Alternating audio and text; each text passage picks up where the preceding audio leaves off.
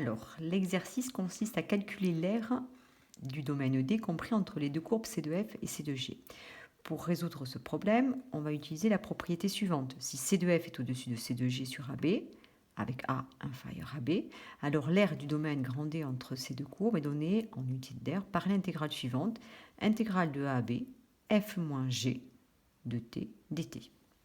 Alors, la question que l'on se pose dans cet exercice, c'est la position relative des deux courbes C de F et C de G. Je m'aperçois qu'ici, C de F est au-dessus de C de G sur l'intervalle moins 1, 0, et que sur l'intervalle 0, 1, c'est la courbe de G qui est au-dessus de la courbe de F. Donc l'aire du domaine D va se décomposer donc en deux intégrales. La première, intégrale de moins 1 à 0 de F moins G de T dt, plus l'intégrale de 0 à 1 de G moins F de T dt. Donc, pour calculer cette intégrale, il nous faut déterminer une primitive de F moins G.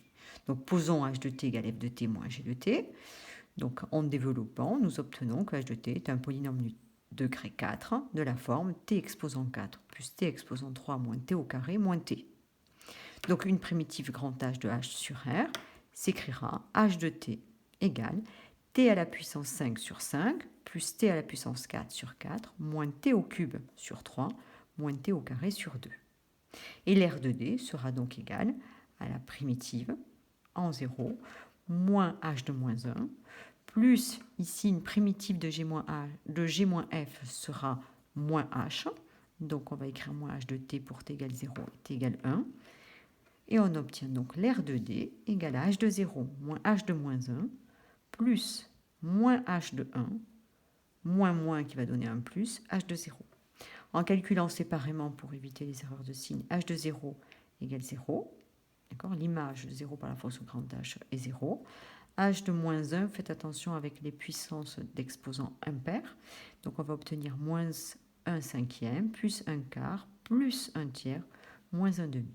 H de 1, de la même façon, se calcule ainsi. 1 cinquième plus 1 quart moins 1 tiers moins 1 demi. Et après simplification, nous obtenons que l'aire de D, c'est 1 demi en unité d'aire.